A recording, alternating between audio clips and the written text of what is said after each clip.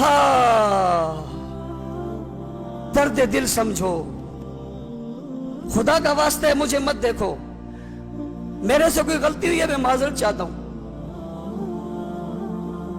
میں تمہارے ہاتھ جوڑ رہا ہوں۔ مجھے کچھ دنوں سے پتا چل رہا ہے کچھ لوگ ناراض ہیں، بھائی مجھ سے ناراض ہو، اللہ کی قسم تمہارے جوتے چومنے کو تیار ہوں صدیق کی صداقت کے لیے۔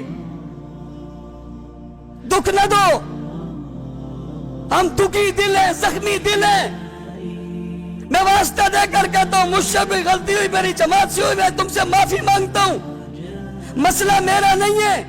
میں نے کئی مرتبہ اپنے دشمن سے کہا میں ماں کا نام بتاتا ہوں، بہن کا نام بتاتا ہوں، بیٹی کا نام بتاتا ہوں، بیوی کا نام بتاتا ہوں، باپ کا نام بتاتا ہوں، دادا کا نام بتاتا ہوں، درجنوں کے حساب سے لکھ کے مجھے گالیاں دو، اللہ کی قسم اف تک بھی نہیں کہوں گا، معاف ہے، معاف کر دیے 2 گالیاں۔ میں تنگ نظر تب ہوتا جب میں اپنی ذات کی گالی برداشت نہ کرتا، میں کر رہا ہوں اور مجھے گالیاں دے رہے ہیں، میں خوش ہوتا ہوں۔ یا اللہ جب تک مجھے گالی پڑ رہی ہے، صدیق تو محفوظ ہے نا،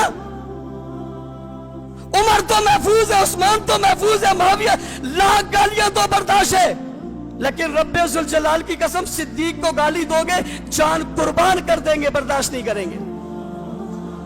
علماء کرام ہاتھ جوڑ کے کہتا ہوں میرا کوئی مسئلہ تو چھوڑ دو، اور اگر آپ کہتے ہو کہ آپ بالکل نہ ہو میں نہیں آؤں گا۔ میں نے اس دن علماء کنونشن نے کہا میں اللہ کی قسم دل سے کہتا ہوں میں جھوٹ کہوں غرق ہو جاؤں، مجھے خادم بناؤ گے میں خادم بن جاؤں گا، نوکر بناؤ گے نوکر بن جاؤں گا، غلام بن جاؤں گا، جوتیاں اٹھاؤں گا، فضلہ کہہ رہا ہوں اٹھاؤں گا، لیکن میرا بہانہ بنا کر اس اہم عنوان پہ پیچھے نہ ہٹنا۔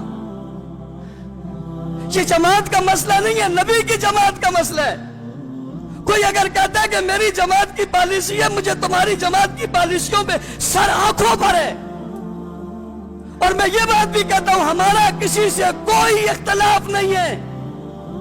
کچھ لوگ یہ کہہ رہے ہیں کہ جی وہ ہم آئیں گے تو ہمارے اختلافات ہیں، ہوگا کس سے میرا اختلاف، مجھے کسی سے کوئی اختلاف نہیں، واللہ میرا کسی سے کوئی اختلاف نہیں، مجھے آج تک جس نے جو کچھ کہا ہے میں نے سب کو معاف کیا، میرا کوئی اختلاف نہیں ہے۔ یہ مسئلہ صحابہ کی عزت کا مسئلہ ہے، صحابہ کی عظمت کا مسئلہ ہے۔ 3 وار ہوئے، اسلام آباد میں صدیق اکبر پر وار ہوا، ابو بکر صدیق کے نعوذ باللہ تکفیر کی گئی، اور میں سوال کرنا چاہتا ہوں اگر اسلام آباد میں اسی جگہ کسی پارٹی کے لیڈر کی، کسی بزرگ کی، کسی ولی کی تکفیر کی جاتی، اس جماعت کا رد عمل کیا ہوتا؟